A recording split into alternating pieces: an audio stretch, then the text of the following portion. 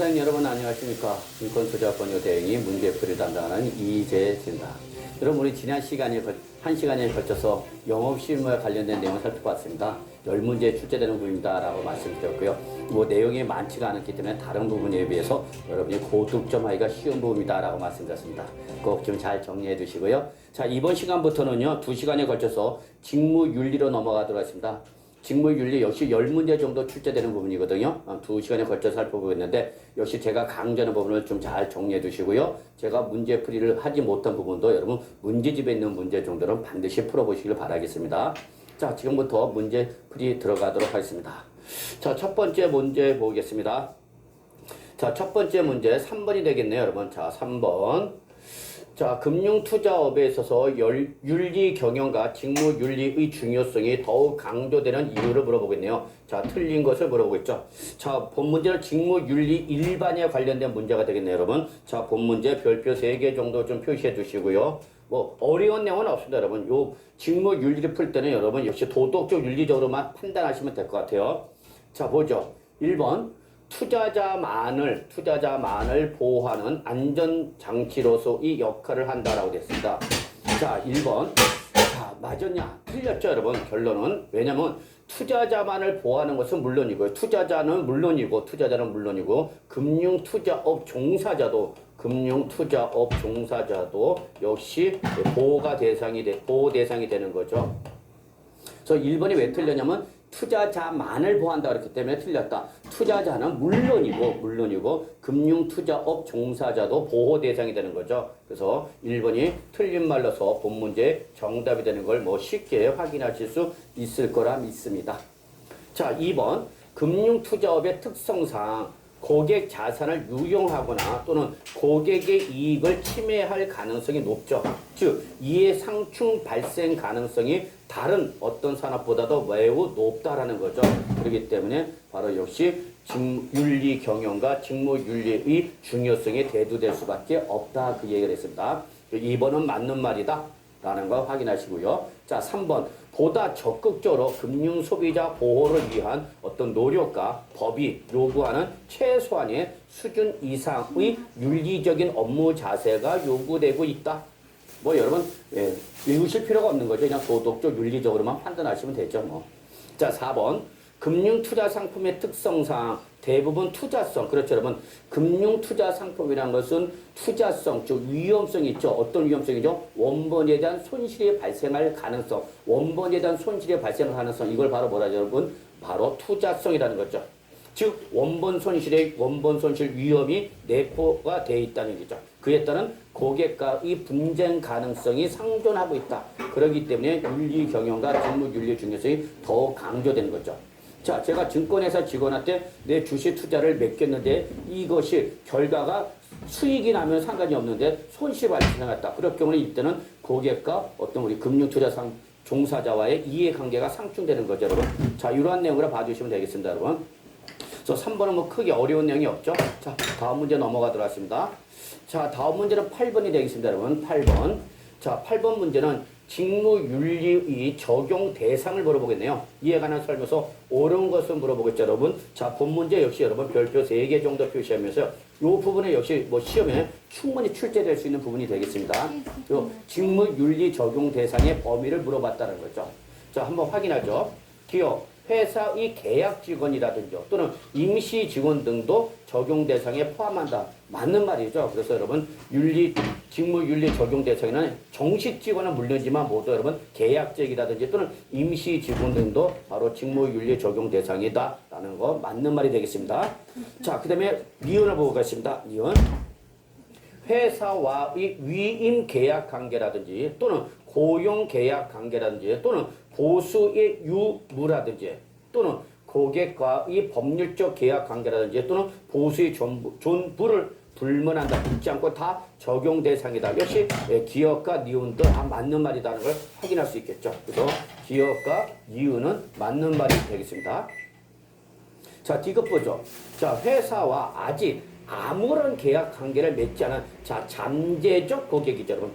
그럼 이러한 잠재적 고객에 대해서는 제외한다고 그러는데 아닙니다. 그렇지는 않습니다. 직무윤리 적용 대상은 회사와 아직 아무런 계약 관계를 맺지 않은 뭐라 하더라도 잠재적 고객이라 하더라도 여기에서는 직무윤리 적용 대상에 포함한다. 그래서 제외한다가 틀린 말이 되겠네요. 따라서 이것은 틀린 지문이다.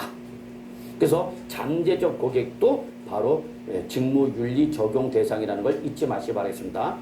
자, 리을. 회사와 정식 고용 관계 있지 않은 자라든지 또는 무보수 대가를 받지 않고 일하는 자는 제외한다는데 아닙니다, 여러분. 당연히 회사와 정식 고용 관계 있지 않은 자라든지 또는 대가를 받지 않는 무보수로 일하는 자도 적용 대상이 되는 거죠. 그래서 여러분 리을은 틀린 말이 되겠네요. 그래서 결론 내리면은 기업과 니은은 맞는 지문이고요. 디귿과 리을이 틀린 지문이고 옳은 걸 물어봤기 때문에 기업과 니은이 나와 있는 보기 지문 바로 답은 1번이 되는 걸 쉽게 확인하실 수 있을 거라 믿습니다. 그래서 직무윤리 적용 대상에 관련된 내용 뭐 한마디로 말해서 다다 이렇게 보시면 되겠죠, 여러분. 자, 그래서 이 부분 마무리 짓고요. 다음 문제 넘어가도록 하겠습니다. 자, 다음 문제는 9번이 되겠습니다, 여러분. 자, 직무윤리에 관한 설명이죠. 직무윤리에 관한 설명서 옳지 않은 거, 자, 틀린 거 물어봤죠, 여러분. 자, 본 문제 별표 3개 정도 좀 표시해 두시고요. 자, 9번 문제는 직무윤리에 대한 기본적인 개념을 물어봤다는 것이 특징이 되겠습니다. 자, 한번 보죠. 1번, 직무윤리 및 직무윤리 기준은 일종의 어떤 자율 규제로서 이 성격을 지니고 있다. 그렇죠, 여러분. 법률적 개념보다는 직무윤리와 직무윤리 기준은 일종의 자율규제 성격을 띠고 있다는 걸 잊지 마시기 바라겠습니다. 자, 2번. 직무윤리는 자율적 준수라는 장점이 있지만 법규에 비해서 강제수단이 미흡하다는 취약점도 있다. 네, 맞는 말이죠, 여러분. 그래서 직무윤리는 기본적으로 일종의 자율규제 성격을 띠고 있기 때문에 자율적 준수라는 장점이 있다. 자발적으로 한다는 얘기죠, 여러분. 그렇지만 법률에 비해서 어떤 강제수단이 미흡하다라는 취약점도 있다라는 거 여러분이 확인해 두시기 바라겠습니다. 자, 3번. 직무윤리를 위반한 경우에는 단순히 윤리적으로 잘못된 것이라는 비난에 그친다. 자, 이 말이 맞냐 틀렸냐 그 얘기죠, 여러분. 자, 이때에 이 말은 틀렸죠. 단순히 직무윤리를 위반했을 때는 윤리적으로만 잘못된 것에 비난만 받는 것이 아니라 법률적으로도 비난을 받죠. 그래서 우리 민법이라든지 또는 자본시장법에서 어떤 행정제재라든지 또는 민사배상 책임 등이라든지 형사 책임 등에 대한 어떤 법률적 규제 대상이 된다는 거죠.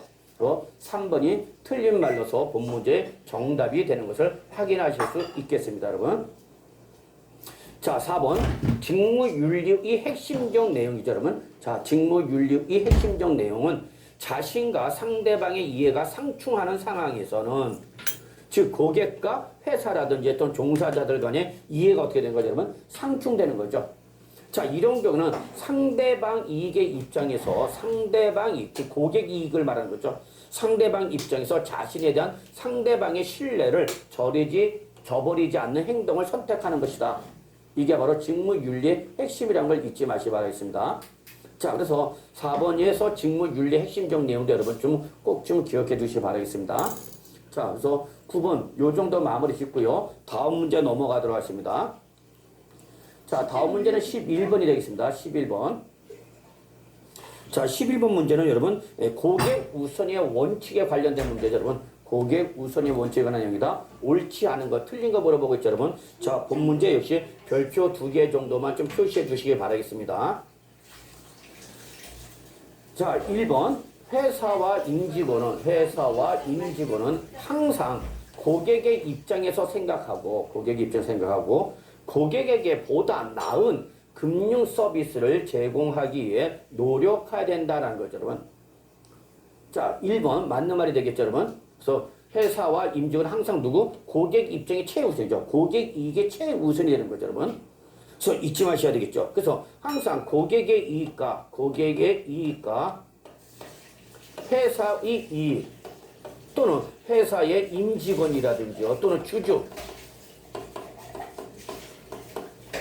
그러면 고객의 이익과 그 다음에 회사의 이익과 회사의 임직원의 이익과 회사의 주주의 이익이 충돌한다. 그럼 당연히 고객의 이익이 최우선이 돼야 된다는 거죠, 여러분. 그래서 1번 맞는 말인 걸 확인하실 수 있겠습니다.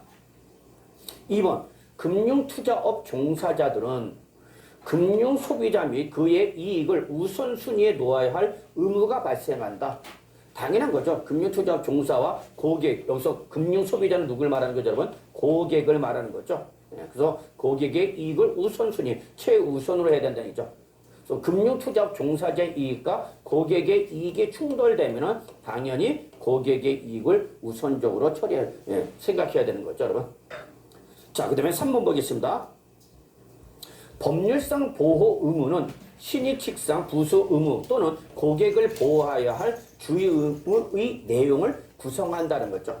즉 민법이라든지 자본시장법에서 우리 소비자에 대한 보호 의무, 즉 고객에 대한 보호 의무는 당연히 민법상 신의칙 부수 의무라든지 또는 고객을 보호할 주의 의무 내용을 구성한다는 것 역시 맞는 말인 것을 확인하실 수 있으리라 믿습니다. 자, 4번 보겠습니다. 자, 4번 금융투자업 종사자가 선량한 관리자의 주의의 의무, 이거를 바로 민법상 선관주의 의무라고 했죠. 선관주의 의무는 것은 선량한 관리자의 주의 의무를 말한다고 말씀드리겠죠. 또는 충실 의무를 위반했다. 이럴 때에 금융투자업 종사자는 손해배상 책임 없다? 아니죠. 틀렸죠, 여러분. 그래서 금융투자업 종사자가 민법상 선량한 관리자의 주의 의무라든지 또는 충실 의무를 위반했다. 그럴 때는 당연히 민법에 따라서 책임을 져야 되죠. 그래서 불법 행위에 대한 손해배상 책임 등을 부담할 수가 있다. 불법 행위에 대한 손해배상 책임을 부담한다는 거죠. 그래서 손해배상 책임은 없다가 틀린 말이 되겠습니다. 따라서 본 문제의 정답은 4번이 되는 걸 여러분 쉽게 확인하실 수 있기를 바라겠습니다. 자, 그래서 11번 문제 요 정도 마무리하고요. 다음 문제 넘어가도록 하겠습니다. 자, 다음 문제는 여러분 교재 13번이 되겠습니다. 13번. 자, 여기부터는 이제 우리 신의 성실 원칙에 관련된 문제죠, 여러분. 자, 틀린 거 물어봤습니다. 틀린 거.